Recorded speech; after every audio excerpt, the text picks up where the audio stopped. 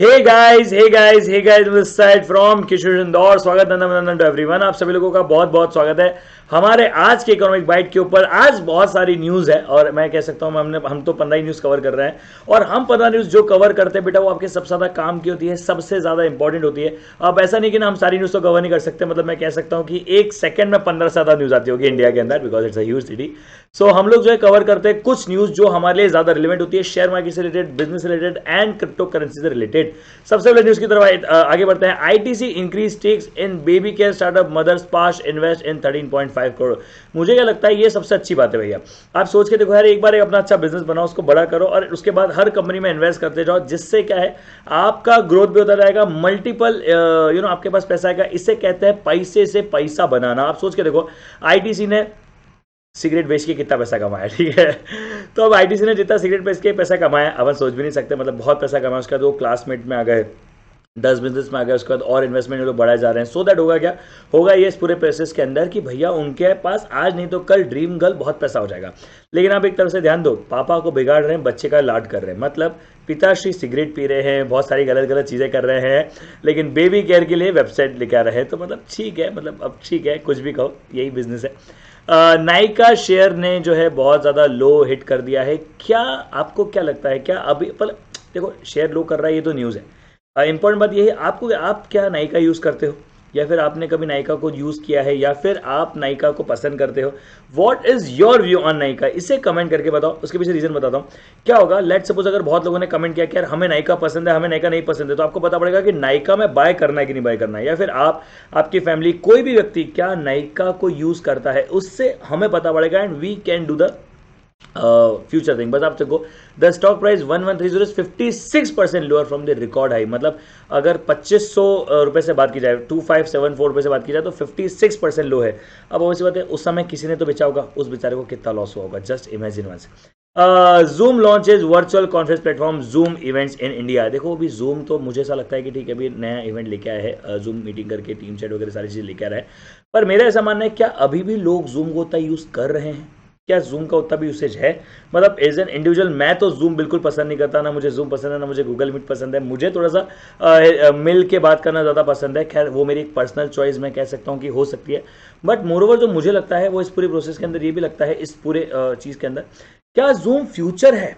ठीक है, देखो इवेंट आप कितने भी लॉन्च कर दो, क्या जूम को अभी भी लोग फ्यूचर में उतना यूज़ करेंगे, या जूम एक हिस्सा तो बन गया। अपन ये नहीं कह सकते कि जूम अब एक अच्छा हिस्सा नहीं है, जूम एक हिस्सा तो है। F&B ज्वाइंट, ठीक है। नेस्ले इंडिया एंटर्स D2C मतलब direct to customer space with the launch of my Nestle platform. अब इसको आपको समझने की जरूरत पड़ेगी एक सेकंड के लिए। देखो एक होता है B2B, एक होता है B2C, ठीक है, और ये भी नया चल रहा है D2C। आप समझो इस मिनट के लिए, बिजनेस टू बिजनेस। अभी तक आप नेस्ले का प्रोडक्ट अगर आपको खरीदना है तो आप कैसे खरीदते हो। अभी तक अगर हमें नेस्ले का प्रोडक्ट खरीदना होता है तो हम लोग क्या करते हैं, हम किसी शॉप पे जाते हो, नेस्ले का प्रोडक्ट खरीदते हैं, आज तक हम लोग ये करते हैं। लेकिन अब आप जो है नेस्ले का प्रोडक्ट नए उसके प्लेटफॉर्म पे बाय कर पाओगे, जो कि मुझे लगता है एक अपने आप में एक अच्छी चीज़ हो सकती है। आपको किसी को गिफ्ट करना है, देखो Nestle is a big brand, ठीक है। आपको अगर किसी को गिफ्टिंग करना है, कोई बॉक्सेस बने हुए आ सकते हैं, बहुत सारी चीज़ें जो मुझे लगता है नेस्ले कर सकता है। एंड एक FMCG कंपनी भी है, एक फास्ट मूविंग कंज्यूमर गुड्स, जैसे कॉफ़ी है, बहुत सारी चीज़ें, मैगी है। So Nestle is a big brand. अब अगर ये DTC में कुछ अच्छा लेके आ जाए तो मुझे ऐसा लगता है कि मार्केट को तहस नहस कर तो सकते हैं, मतलब एक अच्छा इंपैक्ट क्रिएट कर सकते हैं। अरे भैया ये न्यूज़ पढ़ के तो मेरा भी दिमाग खराब हो गया था, बिकॉज अभी मैं आपको न्यूज़ पढ़ता है फिर समझते हैं। APAC रीजन यानी एशिया पैसिफिक जो कंट्रीज है उनकी बात चल रही है यहाँ पे, ठीक है। एशिया पैसिफिक रीजन की बात चल रही है। Contribute over 50% to Netflix global subscriber growth. मतलब अगर 100 लोग बड़े हैं तो उसमें से 50 लोग तो एशिया पैसिफिक है। अब यहाँ पे सिर्फ इंडिया नहीं है, लेकिन यस आप देख सकते हो, लास्ट पॉइंट है the APAC region which include the Indian market has not 36.23 million paid subscriber in total. यानी आप ऑलमोस्ट मान लो 36, यानी 1 मिलियन हो गया आपका 10 लाख का। अच्छा खासा नंबर हो गया मेरे हिसाब से, 3 करोड़ के आसपास, 3.5 करोड़ के आसपास पेड हो गया है। लेकिन क्या आप नेटफ्लिक्स बाय करते हो, या टेलीग्राम से मजे ले रहे हो, या दोस्तों से मांग मांग के जिंदगी चल रही है, आपकी जिंदगी कैसी चल रही है। बट ये चीज़ अब जैसे अगर इतना बड़ा स्टेक है इंडिया में, अगर नेटफ्लिक्स का इतना बड़ा पैसा अगर इंडिया से नेटफ्लिक्स कमा रहा है, उसके बाद भी अभी जो वो जो हाइब्रिड मॉडल लेके आता है, हाइब्रिड मॉडल मतलब जब इंडिया का और जो मतलब वो जो पेड और एड्स वाला सिस्टम लेके आया था, मुझे उसमें लगा था कि वो इंडिया में आ जाना चाहिए था। फिर क्यों नहीं आया, ये सोचने वाली बात है। माइट भी इंडिया को एक्सपेरिमेंट न ले रहे, पर आई डोंट नो, मतलब might be something. Data analytics startup लोमिक raise INR 44 crore from Info Edge season 2 venture. मतलब मैंने ये चीज़ इसके लिए नहीं इन्वॉल्व करी है। इन्फो एज कौन सी कंपनी की सबसे बड़ी इन्वेस्टर है, ये आपको मुझे कमेंट करके बताना, ठीक है। इन्फो एज बहुत सारे इन्वेस्टर स्टार्टअप में इन्वेस्ट करता है। मैं हिंट दे दूँ क्या, नौकरी है, जोमेटो है, सब में इन्वेस्ट करता है। लेकिन आपसे मैं दूसरा क्वेश्चन पूछता हूँ, क्या इन्फो एज लिस्टेड कंपनी है मार्केट में, और अगर लिस्टेड है तो क्या शेयर चल रहा है उसका, ठीक है। ये आपको कमेंट करके बताना। लेकिन एक बात सोचने वाली बात है, मैंने एक चीज़ देखी, इन्फो एज इंडिया में बहुत एग्रेसिवली पैसा डालता है, और ऐसा इन्फो एज नहीं, बहुत सारे लोग करते हैं, बट अच्छा है, पैसा आना चाहिए। Jio added 32 lakh wireless users in August, capture 36.4 at share market which is a very good number. मतलब जियो कंसिस्टेंटली ग्रो हो रहा है। तो अगर बात की जाए जियो को जब फंडिंग रेस करने की बात आ रही थी, अपन ने कल ही न्यूज़ पढ़ी थी कि उनको टोटल 20,000 करोड़ इन्वेस्ट रेस करने हैं, जिसमें से 1.5 करोड़ अभी अभी रिसेंटली रेस करने वाले हैं। तो सोचने वाली बात है कि कंपनी को, अगर कंपनी ग्रो कर रही है तो भैया ये बात तो श्योरिटी है कि कंपनी को फंडिंग मिल जाएगी। अब अगर कंपनी को फंडिंग मिल गई, मुझे एक ही डर लगता है, आइडिया का क्या होगा रे लाला, क्या होगा। India government to set up INR 500 crore एस्लेट एग्रीकल्चर स्टार्टअप। अब देखो मैं जब ये न्यूज़ पढ़ता हूँ तो मुझे थोड़ा ज़्यादा अच्छा लगता है कंपैरेटिवली, बताता हूँ क्यों। देखो क्या है, इंडिया एक समय पे एग्रीकल्चर में बहुत आगे था। मतलब ऐसा नहीं कि अभी भी नहीं हो सकता, इंडिया अभी भी एग्रीकल्चर में बहुत आगे हो सकता है। या फिर मैं अपनी बात को सही करता हूँ, इंडिया पहले ज़्यादा एक्सपोर्ट करता था एग्रीकल्चर का एज एन होल परसेंटेज। अब एग्रीकल्चर का जो एक्सपोर्ट है शायद वो होता ही है, लेकिन अब बाकी चीज़ें बढ़ गई है। तो यार मुझे ऐसा लगता है बाकी सारी चीज़ें तो बढ़ गई, लेकिन एग्रीकल्चर का बढ़ना अभी बाकी है। मतलब मेरा ऐसा सजेशन, मतलब मेरा ऐसा मानना है कि यार एग्रीकल्चर ना इंडिया में ग्रो होना चाहिए। मतलब ऐसा नहीं कि मैं एग्रीकल्चर ही ग्रो होते हुए देखना चाहता हूँ, बट यार किसान हैं और बहुत सारी ऐसी चीज़ें हैं जो मुझे लगता है अभी भी इंडिया में गलत है। वैसे आपको पता है इंडिया में एक ही इनकम है जिसके ऊपर बिल्कुल टैक्स नहीं है, वो है एग्रीकल्चर। अगर आपके पास फार्मिंग से पैसा आता है तो उसके ऊपर कोई टैक्स नहीं है। इंडिया के कुछ मिनिस्टर्स हैं जो करोड़ों रुपए कमाते हैं with the name of farming. Black का पैसा आया, फार्मिंग के नाम से ले गए, मजे जिंदगी के। India's internet freedom score improve marginally after 4 years of decline. मतलब ये तो मुझे ऐसा लगता है कि 49 हो गई, 49 थी, अभी ये अपन 51 पे हो गए हैं। पर मुझे ऐसा लगता है कि we are very good in internet sector. शायद हम बहुत जल्दी टॉप में भी आ जाएंगे। मतलब हमारा डिजिटल, जैसे अभी कल भी मोदी जी ने कहा था कि अब फोन बैंकिंग बढ़ रही है rather than digital banking. Digital banking और फोन बैंकिंग में डिफरेंस होता है क्या, होता है ना भैया।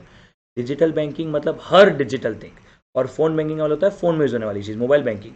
तो ये एक बहुत ही इंपॉर्टेंट चीज़ है। बट मेरा ऐसा मानना है कि इंडिया डिजिटली तो ग्रो कर रहा है। आई don't no rest I don't no, नहीं कहना चाहिए, बट ठीक है। Tata click CEO Vikas Purohit quits ahead of Tata new.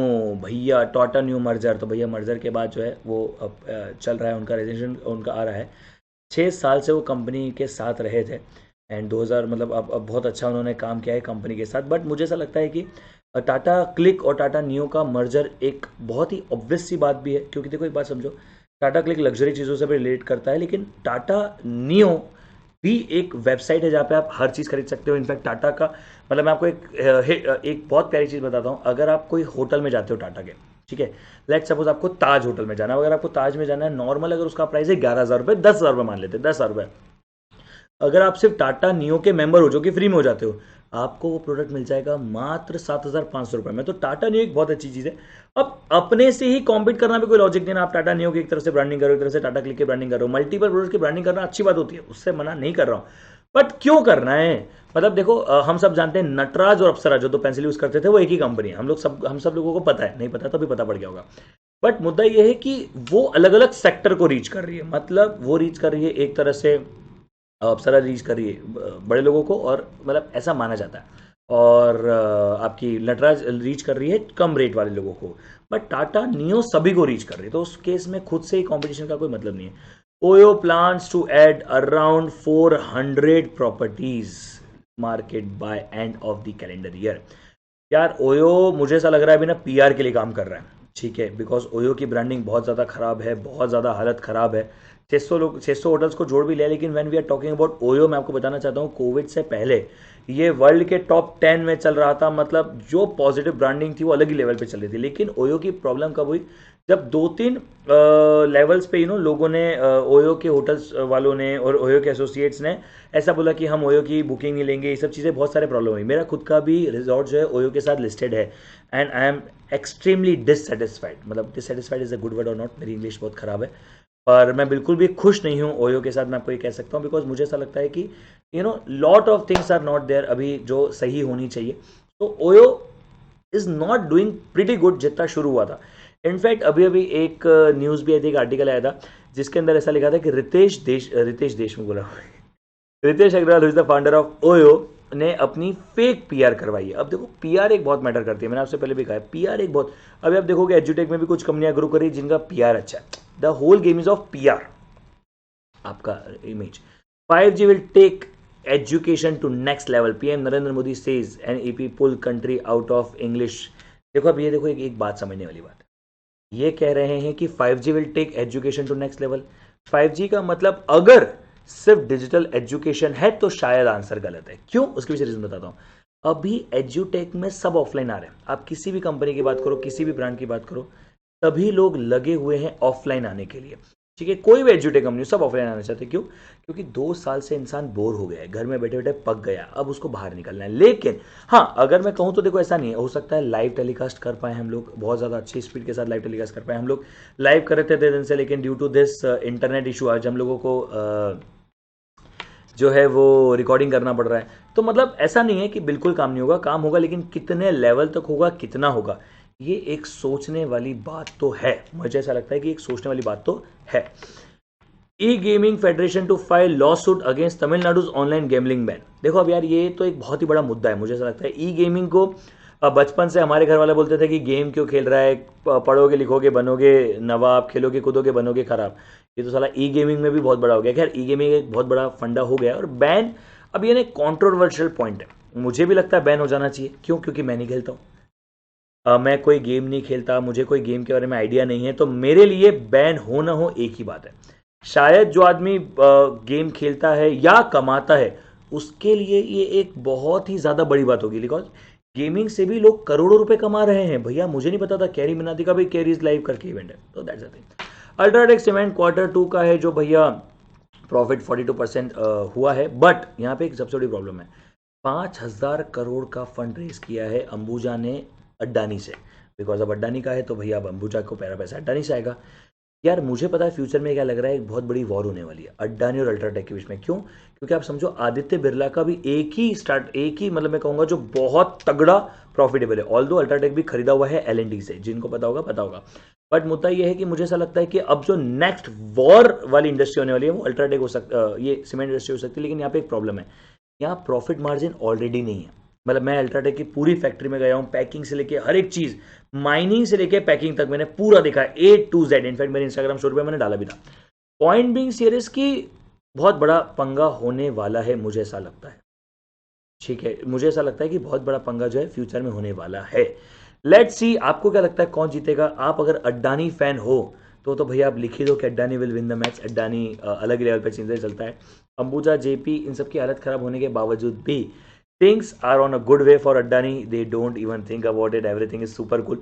अब अगर आप लोगों को खैर आज की सारी न्यूज़ खत्म हो गई तो आज की बात को यहीं रुकेंगे, आज के लिए इतना ही रुकेंगे। बट मुझे कमेंट करके जरूर बताओ यार आप लोगों को पसंद आ रही है या नहीं आ रही, और अगर आपने इस पॉइंट तक देखा है तो जरूर कमेंट करके बता देना। Bye bye, see take care guys, bye bye.